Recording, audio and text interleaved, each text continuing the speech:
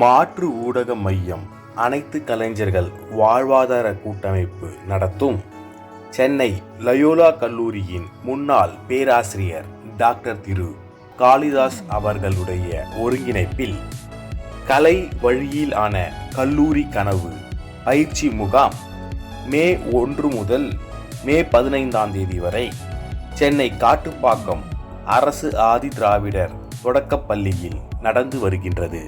நேற்று மே 12 சமூக செயற்பாட்டாளரும் தமிழ்நாடு காங்கிரஸ் கமிட்டியின் மாநில துணைத் தலைவருமான திருமதி டாக்டர் PV இமயா கக்கன் அவர்கள் கலந்து கொண்டு மாணவர்களிடையே சிறப்புரையாற்றி அவர்களை ஊக்கப்படுத்தியதுடன் சிற்றுணவு அளித்து சிறப்பித்தார். நம்ம மக்களுக்காக பார்த்து செய்யறதுதான் அரசியல் இல்லையா? இப்ப மீண்டும் பாயிண்ட் வரேன். கக்கன் அவர்கள், ஏன் கக்கன் அவர்களை பத்தி இங்க நான் பேசணும் ஆசைப்படுறேன்னா, நீங்க சொன்னீங்க இல்லையா, வெள்ளையும் சொல்லையுமா போனாதான் அவர் அரசியல்வாதி, பெரிய கார் வச்சிருந்தாதான் அரசியல்வாதி, பெரிய வீடு வச்சிருந்தாதான் அரசியல்வாதி. இது எதுவுமே இல்லை எங்க ஐயா கக்கனிடம். சட்டை எத்தனை சட்டை இருந்து தெரியுமா? 2 சட்டை 2 வேஷ்டி தான். காமராஜர் ஐயா அவர்கள் தாம்பரத்துக்கு வராங்க, ஒரு பள்ளிக்கூட திறப்பு விழாக்கு வராங்க. அப்ப திறப்பு விழாக்கு போகும்போது அந்த ஏரியால இருக்க கக்கன் ஐயா தான் இருக்கணும், வாங்க கூட்டிட்டு போறேன், வீட்டுக்கு வந்து கூப்பிடுறாங்க. நீங்க எல்லாம் எப்படி பள்ளிக்கூடம் திறக்கிறது, நீங்க தான் முக்கியம், வாங்க, உங்களோட முயற்சியால தான் அந்த ஊருக்கு பள்ளிக்கூடம் வந்துச்சு, வாங்கன்னு கூப்பிடுறாரு. அப்பா யோசிக்கிறார், சரி நான் கண்டிப்பா வரேன், நீங்க போகிறதுக்கு முன்னாடி நான் பின்னாடி வரேன். நான் என் கூடிய வாப்பா, நான் காலை ஏற்றிட்டு போறேன். இல்ல ஏன் நீங்க போங்க, பின்னாடியே வரேன். எதுக்காக கால தாமதம் பண்ணாரு?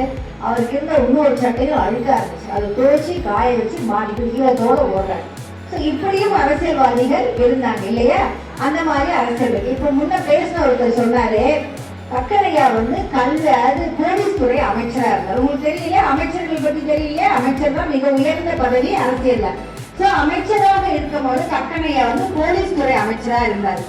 அவர் சொல்லிட்டு போன மாதிரி அவருடைய பிள்ளைக்கு இல்ல, அவருடைய ஒருத்தருக்கு, அவங்க குடும்பத்துல ஒருத்தருக்கு போலீஸ் வேலை கிடைக்குது. போலீஸ் வேலைன்னா உங்களுக்கு தெரியலையா, ஓடணும், கயிறு பிடிச்சி மேல ஏறணும், நிறைய விஷயங்கள் வச்சு பிற்பாடுதான் போலீஸ் வேலைக்கு செலக்ட் பண்ணுவாங்க. அந்த மாதிரி கிட்டத்தட்ட 4 பயிற்சி கடந்து ஒரு ரிட்டன் எக்ஸாம முடிஞ்சு தன்னை சப் இன்ஸ்பெக்டரா செலக்ட் ஆன பேப்பர் எடுத்துட்டு ஓடி வராரு. யாரு? கக்கனையாவுடைய சகோதரர் ஒருத்தர் ஓடி வராரு. ஓடி நைட்டு வீட்டுக்கு வரும்போது 8:09 ஆகுது. அப்ப அவங்க அண்ணன் போலீஸ் துறை அமைச்சரா இருக்காரு, வீட்டுல இல்ல, இரவு தான் வருவாரு, 2-3 மணி ஆகும்னு அவங்க அண்ணி சொல்றாங்க. அங்க தங்கிடுறாரு. காலையில எழுந்த உடனே அண்ணனை பார்த்தோன்னா, ஆனா எனக்கு இந்த மாதிரி சப் இன்ஸ்பெக்டர் வேலை கிடைச்சிருச்சு, இந்த மாதிரி பாருங்க, அந்த ஆர்டர் என் கையில இருக்கு பாருங்க அப்படின்றாங்க. நம்மளாம் என்ன சொல்லுவோம், ஆஹா அப்படியா சப் இன்ஸ்பெக்டர் கிடைச்சிருச்சா, சரிப்பா சூப்பர் வாங்க. கக்கன் ஐயா வாங்குறாரு, வாங்கி பாக்குறாரு, படிச்சுட்டு ஆமா ஆர்டர் போட்டிருக்காங்க, நீ போனியாப்பா அப்படின்னு கேட்கறாரு. ஆமா ஐயான்னா நான் தான் போனேன், கயிறு ஏறினேன், நான் மண்ணி ஓட்ட பண்ணி வச்சாங்க, பண்ணேன், உடல் இதுல செலக்ட் ஆனேன், எல்லாம் பண்ணேன் அப்படின்னா. நீ எப்படி கயிறு பிடிச்சி ஏறின? உனக்கு தான் கீழே கையில விழுந்து இந்த இடத்துல ஒரு 14 தையல் போட்டிருப்பாங்க. அதாவது அவர் சின்ன போட்டு விளையாடி முடிஞ்சதுல 14 தையல் போட்டிருப்பாங்க. 14 தையல் போட்டுப்போ நீ எப்படி கயிறு பிடிச்சி ஏறின? நீ ஏறி இருக்க மாட்டேன். இல்லைன்னா நான் ஏறினேன் அப்படின்றாரு. அப்பா பெரியப்பா என்ன பண்றாரு, உடனே அப்பெல்லாம் வாட்ஸ்அப் போன்லாம் கிடையாது, ட்ரங்கால் போடுறாரு மதுரைக்கு. போட்டு இந்த மாதிரி விஸ்வான்றவர் நீங்க போலீஸ்ல செலக்ட் பண்ணிருக்கீங்களா? ஆமாங்க நாங்க செலக்ட் பண்ணிருக்கோம். கயிறு பிடிச்சி ஏறினாரா? ஏறினாங்க ஐயா. அதெல்லாம் சும்மா சொல்லாதீங்க, அவனால கயிறை பிடிச்சி தெளிவா, நீங்க வச்சிருக்க போட்டிக்கு அளவு தெளிவா ஏற முடியுமா என்னன்னு தெரியல, அதனால அந்த ஆர்டரை நான் கேன்சல் பண்றேன் அப்படின்றாரு. ஏன் அப்படின்னா, நீங்க கண்டிப்பா இந்த கையில அடிபட்டதுனால உங்களால ப்ராப்பரா அந்த வேலையை செஞ்சிருக்க முடியாது, அதனால இந்த போலீஸ் வேலை உனக்கு வேண்டாம்ப்பான்னு சொல்லி பிடிச்சு போடுறாரு. இப்படியும் ஒரு அமைச்சர் இருப்பாங்களா? யோசிச்சு பாருங்க. தான் கூட பிறந்த தம்பிக்கு தான் செலக்ஷன் பண்ணல, அவரே ஓடி ஆடி எல்லாம் பண்ணி செலக்ட் ஆக வந்தாலும், ஏன் சொல்றேன்னா நியாயமா இருக்கணும், எதுவுமே எல்லாருக்கும் நியாயமா இருக்கணும்னு சொல்லி அந்த பேப்பரை நகலை கிழிச்சு போட்டு நீ வேற ட்ரை பண்ணுவாங்க. அவர் யார் தெரியுமா? யாரும் இல்லை, என்னோட அப்பா. விஸ்வநாதன் கக்கன் அவர்கள்தான் இந்த நிலைமை ஏற்பட்டது. ஏன் சொல்றேன்னா, எங்க அப்பாலாம் கக்கன் ஐயா அண்ணன் பேச மாட்டேன், எங்க வீட்டுக்கு தெய்வம் ஒரு அந்த மாதிரி ஒரு அப்பழுக்கற்ற மனிதர். அதனாலதான் அவர் முன்ன பேசிட்டு போன என்ன சொன்னாரு, தியாகச்சீலர் அப்படின்றாங்க. ஏன்னா அந்த அளவு நாட்டுக்காக அர்ப்பணித்தவர். அதே மாதிரி அவர் வீட்டுக்கு ஒரு வாட்டி கூட கொடியா பழம் வரும். ஏன்னா மந்திரி வீட்டுக்கு பழம் வரும் இல்லையா, கூட கொடியா பழம் வருது. அவங்க குடும்பத்துல எல்லாரும் சாப்பிடுறாங்க, எல்லாம் செய்யறாங்க. அப்பா நைட்டு வந்துட்டு காலைல கேட்கிறாரு, யார் இந்த பழத்தெல்லாம் கொடுத்து விட்டது? ஊட்டியில இருந்து நம்ம ஆளுங்க யாரும் வந்தாங்க, இந்த பழத்தெல்லாம் கொடுத்தாங்க. ஊட்டியில இருந்து பழம் வந்தா நீங்க எப்படி சாப்பிடுவீங்க? அவங்க மந்திரிக்குன்னு கொடுத்தா இது அரசாங்கத்துக்கு தானே தரணும், நீங்க எப்படி சாப்பிடலாம்னு சொல்லிட்டு அந்த பழத்துக்கு ரசீதி போட்டு பணம் கட்டினாராம். இந்த காலத்துல அப்படிலாம் பார்ப்போமா நம்ம? இந்த மாதிரி அமைச்சர்களும் இருந்திருக்காங்க. இன்னொரு விஷயம் சொல்றேன். மலேசியாவிலேருந்து ஒரு அதிபர் வரார். அதிபர் வந்துட்டு மலேசியா அதிபர் வராரு. வந்துட்டு கக்கனையா அமைச்சரா இருக்கிறதுனால அவர் பார்க்க வர்றாரு. பார்க்க வந்த இடத்துல உங்களுடைய செயல்பாடு திட்டங்கள்லாம் நாங்கள் ரொம்ப பார்க்குறோம், ரொம்ப நேர்மையா இருக்கீங்க, நியாயமா மக்களுக்காக, அதுவும் கர்ணவீரர் காமராஜர் ஆட்சி காலத்தில் நீங்க உள்துறை அமைச்சரா இருக்கிறதுன்றது ஒரு சாதாரண விஷயம் இல்லை. அதுவும் பட்டியல் இனத்தவர், அந்த இனத்துல இருந்து வந்து நீங்க வந்து உள்துறை அமைச்சரா இருக்கீங்க. உங்களை பார்க்க வந்தது சந்தோஷம். என் ஊர்ல இருந்து நான் வரதுனால, அயல்நாட்டுல இருந்து வரதுனால உங்களுக்கு ஒரு தங்க பேனா நான் பரிசளிக்கிறேன், நீங்க வச்சுக்கோங்கன்னு சொல்லிட்டு ஒரு தங்க பேனா கொடுக்குறாரு.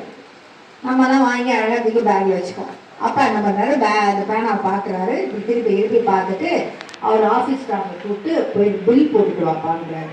அவருக்கு அதிபருக்கு ஒண்ணு புரியல, எதுக்கு இந்த பில் போடுறீங்கன்னு. ஆமாங்க, நீ எனக்கு கொடுக்கல, எனக்கு கொடுத்தீங்கன்னா நான் எப்படி நான் வாங்கிக்க முடியும்? நீங்க யாருக்காக கொடுத்தீங்க? ஒரு அமைச்சருக்கு தானே கொடுத்தீங்க. அந்த அமைச்சர்ன்ற பதவி எனக்கு யார் கொடுத்தா? அரசாங்கம் கொடுத்தது. அதனால நீங்க கொடுத்த எந்த பொருளும் அரசாங்கத்துக்கு தான் சேரும்னு சொல்லிட்டு அரசாங்க ரசீது போட்டு தான் நான் வாங்கிப்பேன், பரவாயில்லையான்ற. வந்த அதிபர் அந்த பேனா எனக்கே கொடுத்துருப்பா, நானே எடுத்துட்டு போறேன்னு போயிடுறாரு. இப்படியும் இருக்கிறாங்க. ஏன் சொல்ல வரேன்னா, நீங்க வந்து தயவு செய்து அரசியல்ன்றது ஒரு ஆர்ப்பாட்டம், ஒரு பெரிய ஒரு பணம் சம்பாதிக்கிறதுன்ற முதல்ல மனசுல நெருங்க. அரசியல் என்பது மக்களுக்காக சேவை செய்யற ஒரு இடம், புரிஞ்சுதா? அதனாலதான் அரசியல வந்து ஏழை எளிய மக்கள், உண்மையில வலிமையான மக்கள், மக்களுக்கு தொண்டு செய்யணும்ன்ற எண்ணத்தோட வரணும். நீங்க உங்க குடும்பத்துல போய் நீங்க சொல்ல வேண்டியது, நாங்க கக்கனையா வீட்டு பொண்ணை பார்த்தோம், அக்கா அம்மா பேரு இமையா கக்கன் வந்தாங்க, எங்க கூட பேசினாங்க, சில விஷயங்கள் சொன்னாங்கன்றத சொல்லிட்டு நீங்க ஒரே ஒரு விஷயம் சொல்லணும். என்ன சொல்லணும் தெரியுமா? வரும் சட்டமன்றமா இருக்கட்டும், பாராளுமன்றமா இருக்கட்டும், பஞ்சாயத்து ராஜா இருக்கட்டும், எந்த ஒரு இதுலயும் தேர்தல்ல ஓட்டு போட காசு வாங்காம நம்ம வீட்டுல இருந்து ஒருத்தர் ஓட்டு போடணும் அப்படின்னு சொல்லுவீங்களா? காசுக்கு நம்ம வந்து ஓட்டு போட்டோம்னா கண்டிப்பா ஜனநாயகம் இங்க இருக்காது, பணநாயகம் இருக்கும். ஏன் சொல்றேன்னா, வருங்கால சந்ததியர் நீங்க உங்ககிட்ட இது ஆணித்தரமா பதியணும். இங்க இருந்து போற செய்திகள்ல இத ஒரு செய்தியா நீங்க எடுத்துட்டு போகணும். ஓட்டுக்கு வந்து காசு இல்லாம நம்ம வந்து நம்ம வீட்டு மக்கள், மற்றவங்க என்னெல்லாம் பண்றாங்க, இங்க இருக்கிற 170 பிள்ளைங்க வீட்டு மக்களும் அவங்க அப்பா அம்மா அண்ணன் தம்பி பெரியமா பெரியப்பா எல்லாத்துக்கும் என்ன சொல்லணும்? ஓட்டுக்கு காசு இல்லாம போடுங்க. அப்பதான் நம்ம நாட்டை பாதுகாக்க முடியும், நல்ல இடத்துல கொண்டு போக முடியும்ன்ற செய்தி நீங்க கொண்டு போனாலே நான் உங்களுக்கு ஒரு மிகப்பெரிய ஒரு கடமைப்பட்டிருப்பேன். சரிங்களா?